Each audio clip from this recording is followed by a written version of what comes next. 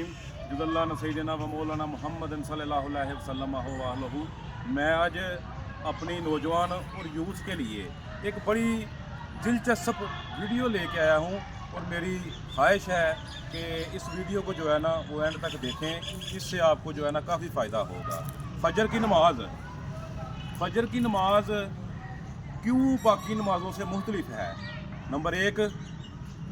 Number दो, ये sleep pointers ये क्या हैं, और दूसरा, हम कई दफ़ा 15-15, 16-16 घंटे सोते रहते हैं लेकिन हमारी नींद पूरी नहीं होती। और इसी तरह हम कई दफ़ा 5-6 घंटे सिर्फ सोते हैं और हम जो है ना हमारी नींद पूरी हो जाती है।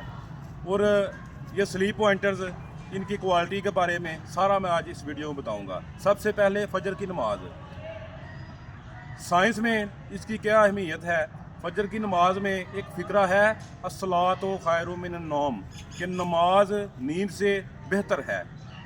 दुनिया में जितने भी कामयाब लोग हैं, चाहे वो मुसलमान हैं चाहे कोई भी हैं, अगर उन्होंने कामयाबी हासिल किया ना तो उसकी कॉमन उनमें एक चीज़ पाई जाती है, वो ये है कि वो सुबह जल्दी उठते हैं। और जो सारा दिन सोए रहते हैं वो कभी भी ज़िंदगी में कामयाब नहीं होते। और हम 15 घंटे सोने के बाद भी सुस्ती का शिकार रहते हैं, थकावट महसूस करते हैं। और कई दफ़ा हम सिर्फ 4 या 5 घंटे सोते हैं लेकिन सुबह उठ के हम चुस्त होते हैं और हमें कोई थकावट किसी किस्म की नहीं होती। ठीक है, तो ये स्लीप पॉइंटर्स ये क्या हैं, मैं आपको ये स्लीप पॉइंटर्स के बारे में तफसील से बताऊंगा कि जिस तरह हम किलोग्राम, जिस तरह हम वेट को किलोग्राम में मेजर करते हैं, जिस तरह हम टेम्परेचर को सेल्सियस और फ़ारेनहाइट में मेजर करते हैं, इसी तरह हम जो है ना स्लीप पॉइंटर्स को, नींद को स्लीप पॉइंटर्स में मेजर करेंगे।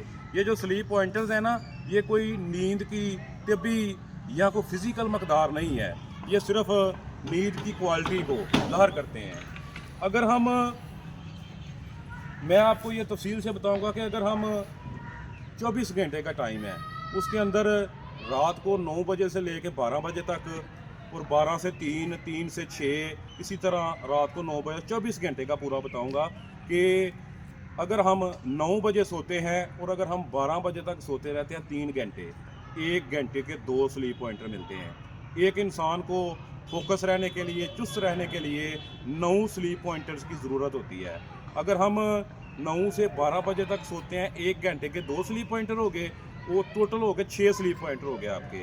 और इसी तरह अगर आप रात 12 से 3 बजे तक सोते हैं, हर घंटे का 1 स्लीप पॉइंटर मिलेगा। अगर आप 9 से 3 सोए, 6 पहले और 3 वो 9 आपके हो गए, टोटल 9 स्लीप पॉइंटर आपको मिल गए।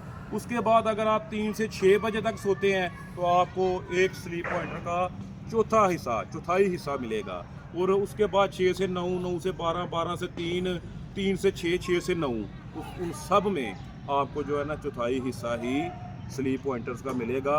और आप इसका जायज़ा करें, हिसाब लगाएं कि अगर आप उन 6 घंटों को निकाल दें जो 9 से 3 है, और कुदरत का भी यही असूल है, अल्लाह ताला भी फरमाते हैं कि इशा के बाद सो जाओ और तहज्जुद या फजर के टाइम उठ जाओ। फजर की नमाज भी इसीलिए मुख्तलिफ है। लेकिन जब हम वो 6 घंटे सोते हैं तो चुस्त हो जाते हैं, लेकिन उसके बाद अगर 18 घंटे भी तुम लगातार सोए रहोगे ना तो तुम थका महसूस करोगे, तुम सुस्त रहोगे, तुम्हारी चुस्ती जो है वो तुम्हारी ज़िंदगी में नहीं आएगी, तुम ज़िंदगी में नाकाम रहोगे। और आजकल